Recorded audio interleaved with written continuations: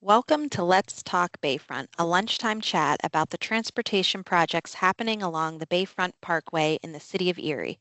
I'm your host, Jill Harry, the press officer and community relations coordinator for the Pennsylvania Department of Transportation's Northwest region. Thousands of vehicles travel along the central part of the Bayfront Parkway every day.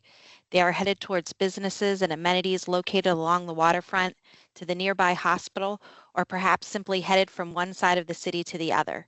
Regardless of where they're going, the parkway serves as one of the major arteries for traffic in the city.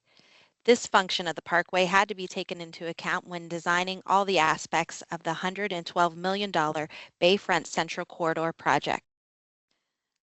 Episodes of Let's Talk Bayfront focus on certain parts of this large-scale plan and discuss how they are designed to meet those needs as well as provide updates on the construction of those improvements.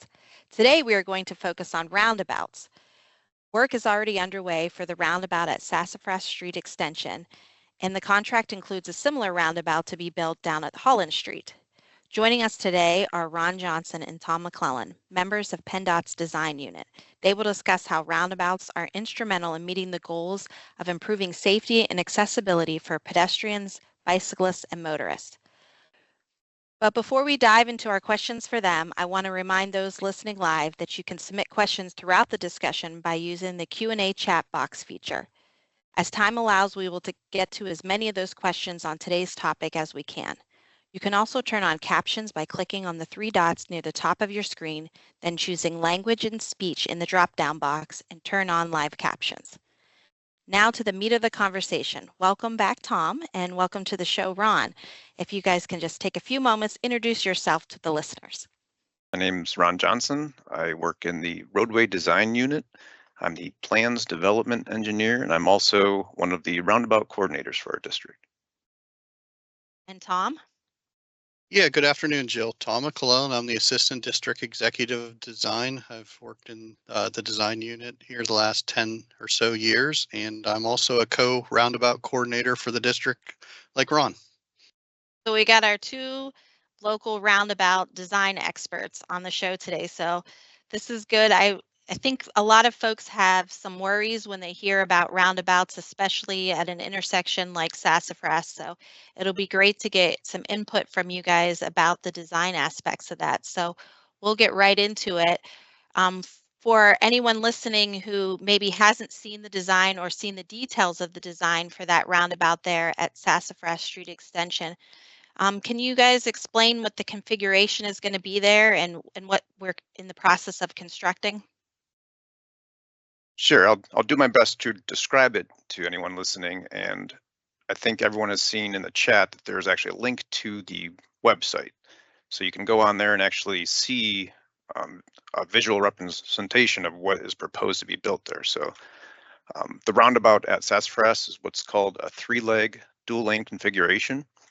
There'll be a large central island with landscaping features encircled by a truck apron, followed by an inside circulatory roadway, and then by the outside circulatory travel lane.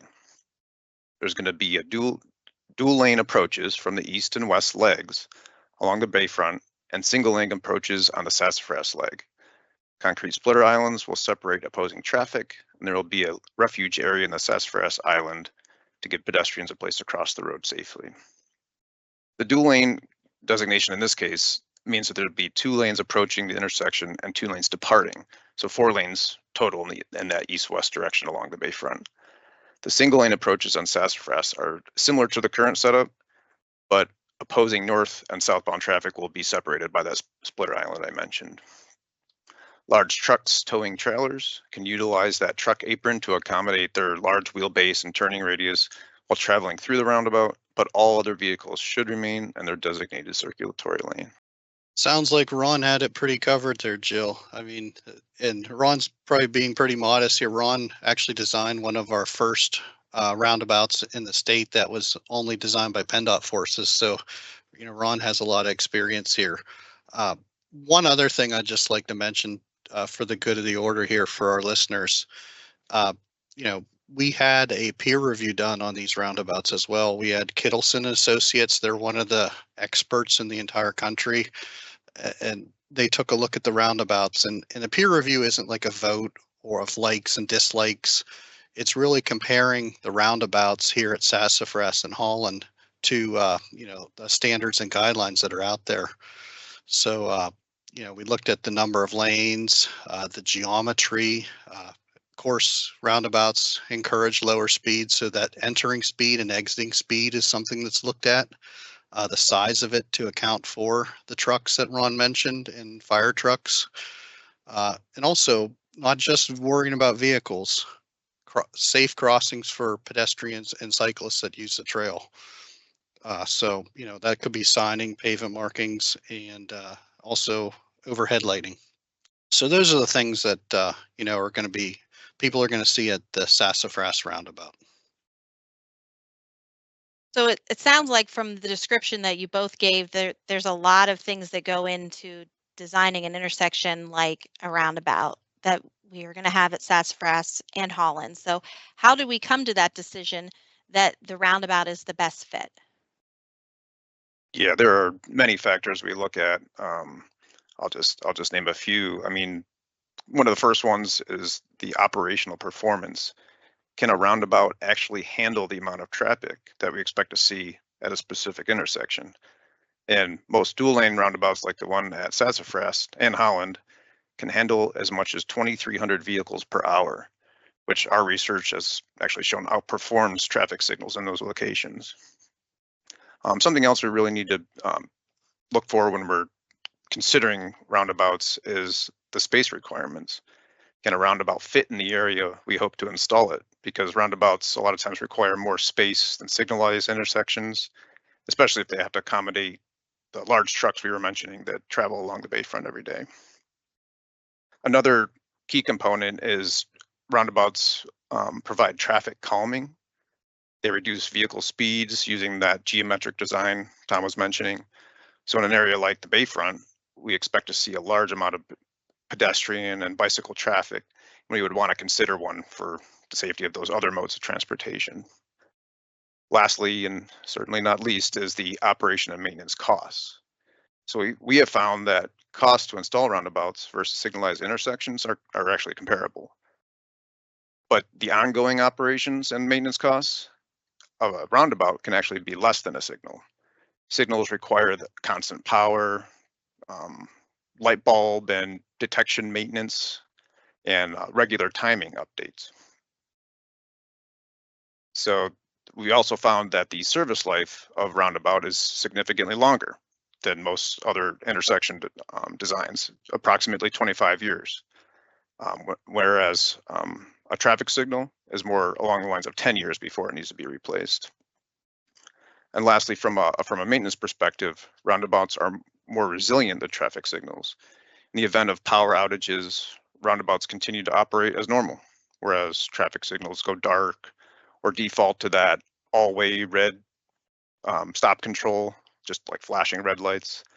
And they may require that manual flagging. So, in the middle of a storm, someone has to go out to an intersection and flag if they lose power.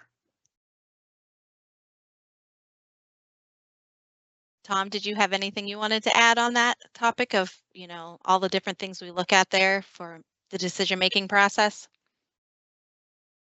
Again, I think Ron hit the ball out of the park there. I mentioned a lot of the key components: lowering speeds, reducing conflict points, and making less decisions for the motorist and the pedestrian. I'm an engineer geek, so safety stats and numbers are always important to me. And since 2003, PennDOT did a report across the entire state of 42 different roundabouts, and crashes with serious injuries have been reduced 24%, non-serious injuries 51%. So, anything we can do to improve safety, everybody strives for zero fatalities, zero serious injuries. That's what we're about, and a roundabout helps us get there. So that's what I got on that, Jill. So if I had to sum it up, it would be fair to say that the advantages that a roundabout can offer over a traditional signalized intersection are safety, which is obviously our number one priority, both for the motorists and for our workers, like when they're trying to maintain an intersection, that roundabouts can move the traffic with little delay, so you don't have those emission issues that you can sometimes have when you have a lot of congestion at a signalized intersection. But I would imagine that they also kind of have a visual effect, you know. I think Ron had mentioned before in the conversation something along the lines of like a gateway effect. Like it just feels like a more welcoming thing because of that center area that we kind of mentioned here earlier in the conversation with the landscaping. So would that be a good, I guess, concise way of saying the advantages there, would you say, Ron? Yep, you nailed it, Jill. One last thing I just wanted to mention was roundabouts typically have like a place-making effect as well, where they create that connection between people and their communities. They create that pedestrian-friendly environment. So at both Sassafras and Holland, like you mentioned, there's going to be those landscaping features, a pedestrian bridge. They bring in these green spaces and nice bicycle and pedestrian features that makes it easier and safer to access the bay. And it's interesting that you mentioned pedestrians because that was my next question. So how do pedestrians walk along and, you know, cross through a roundabout? Yeah, another great aspect of a roundabout is that it's, as I think we've all mentioned, that they reduce speeds. They're designed to reduce driver speeds. So when a vehicle enters a roundabout, they're they're reacting to they're driving slower, so it's easier for them to react to pedestrians and yield to them. The crossing locations at most roundabouts are actually set back from the intersection. So when a driver is navigating the circulatory roadway, they're focused on that. They don't have to worry about pedestrians, interacting with them in that location. So it makes it a little safer there. It just about every roundabout, and specifically Sassafras and Holland, pedestrians will be crossing in two stages. So they cross one lane of direction at a time, and then they kind of hang out in that raised island refuge area between lanes. So that makes it a lot safer. They don't have to try to cross both lanes at a time. And they're directed as they kind of circle around the roundabout. They're directed to the crossing location by those detectable warning surfaces. Probably most people have seen those at really any intersection. You'll see the little raised domes where the crosswalks are. So you'll be able to clearly see where we're intending you to cross the roundabout there. So Tom and Ron, you guys said it in your introductions that you're the coordinators for roundabouts here in District 1 because we've built them in a few other places, even in Erie County. How does the one at Sassafras differ from other roundabouts that we've built specifically in Erie County? This is actually one of the things I like about being in the design unit at PennDOT. Every location is different in some way and presents its own unique challenges. So one specific challenge of the Sassafras roundabout is the large amount of pedestrians we expect to see, and how are we going to accommodate their travel safely?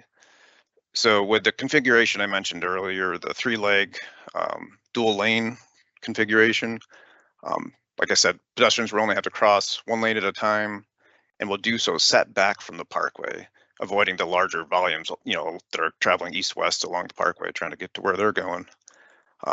This location, again, is an example where other modes of transportation besides vehicles are playing such a huge role in how it's going to be built. Tom, So does anything, oh, sorry. Well, so go ahead. I was just going to ask Tom if there was anything about this roundabout that stood out from you from the other ones that you've been, involved in helping design. No, again, I think Ron had it covered really well and nicely, and the crosswalks that are going to be raised, they're going to have flashing warning signs as well with push buttons. So that there's some nice things we've learned in our 10 years. I mean, our first roundabout was in Waterford 10 years ago in 2014. We've learned a lot from that first, design, made some tweaks and improvements, and we're looking forward to having this kind of showcase down on the Bayfront with this project and helping not just vehiculars get through, but again, the pedestrians and the bikes.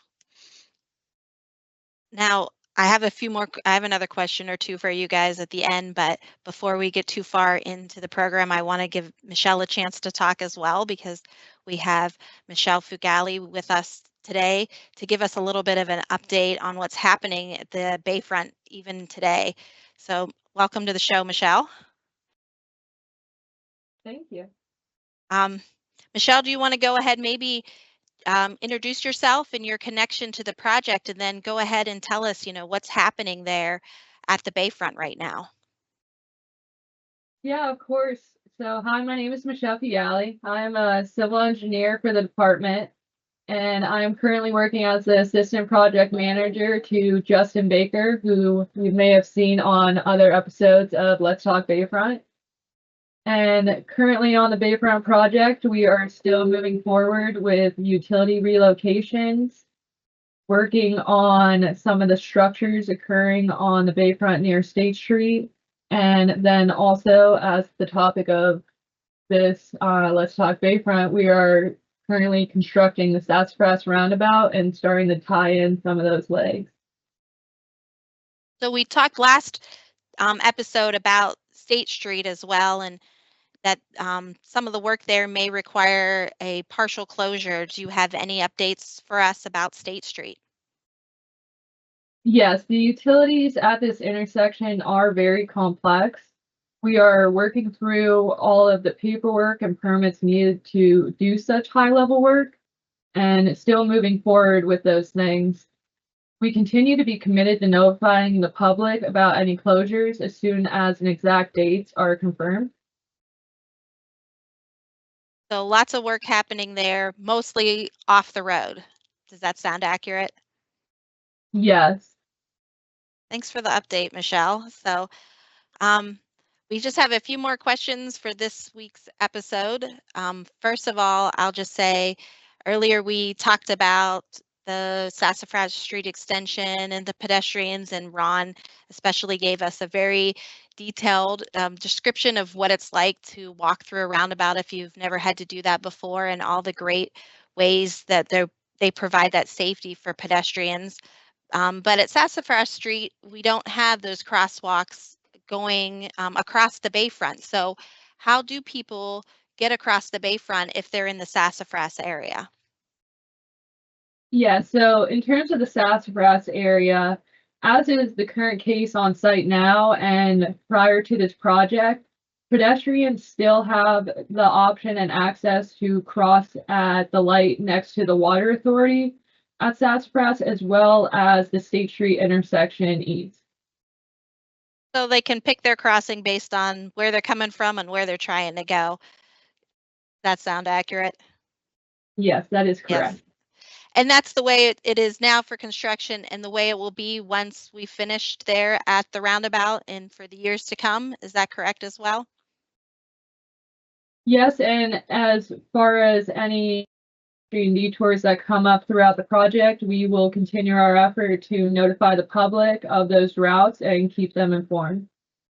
All right, thanks, Michelle. I have another question also for Ron and Tom. And you guys talked about the truck apron earlier, but I think it's one of the most misunderstood parts of a roundabout. Like, folks see the truck apron and they think that it's a curb, and they think that it's not for the traveling public at all. But maybe one of you or both of you could explain a little bit more detail about what the truck apron is and who's supposed to use it. I know we discussed it already, but let's just return to that topic. Yeah, I could take that, Jill. I agree that this is sometimes a confusing aspect about roundabouts, especially in the Sassafras case where, again, I mentioned that it's a dual lane roundabout, but if you actually look at photos or the website, if you're looking at it, it may look like there's 3 lanes there, and that third lane that's just adjacent to the landscaping, the center island landscaping, that's actually the truck apron.